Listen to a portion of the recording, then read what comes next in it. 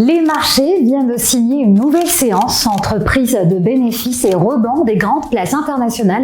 Cette séance illustre une nouvelle fois la rapidité avec laquelle le sentiment des investisseurs peut évoluer. Très heureuse de vous retrouver pour votre flash bourse. À Casablanca, tout d'abord, la place boursière a terminé la séance dans le rouge. Le MASI, principal indice de la bourse de Casablanca, a cédé 0,75% pour clôturer à 17 920 points.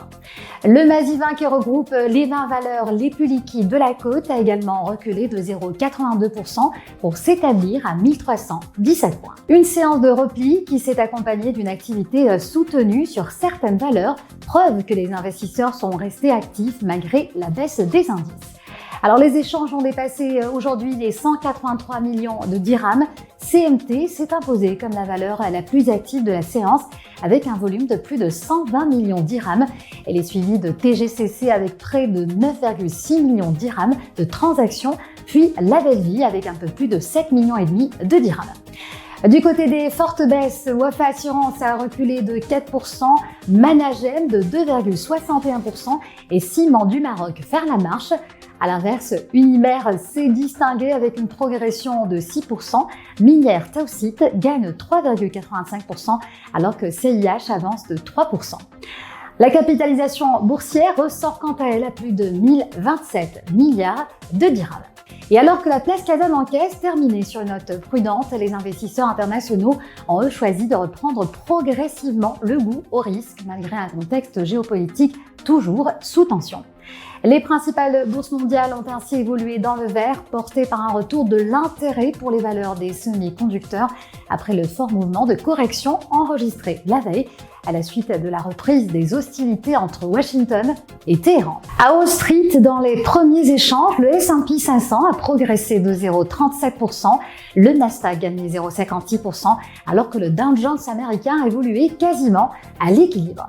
En Europe, cette fois-ci, Londres faisait figure d'exception, reculant de 0,48%. Son indice, fortement exposé aux valeurs pétrolières, était pénalisé par le repli du BP et du Shell.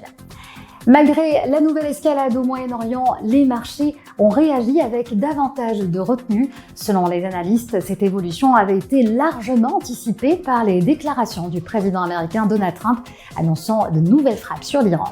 Conséquence directe sur le marché de l'énergie, les cours du pétrole demeurent hésitants ce jeudi. Vers 13h30 GMT, le Brent de la mer du Nord, référence mondiale du brut, a progressé de 0,65% à 78 $ le baril, alors que le pétrole américain, le WTI, a gagné 0,31% à 73 $.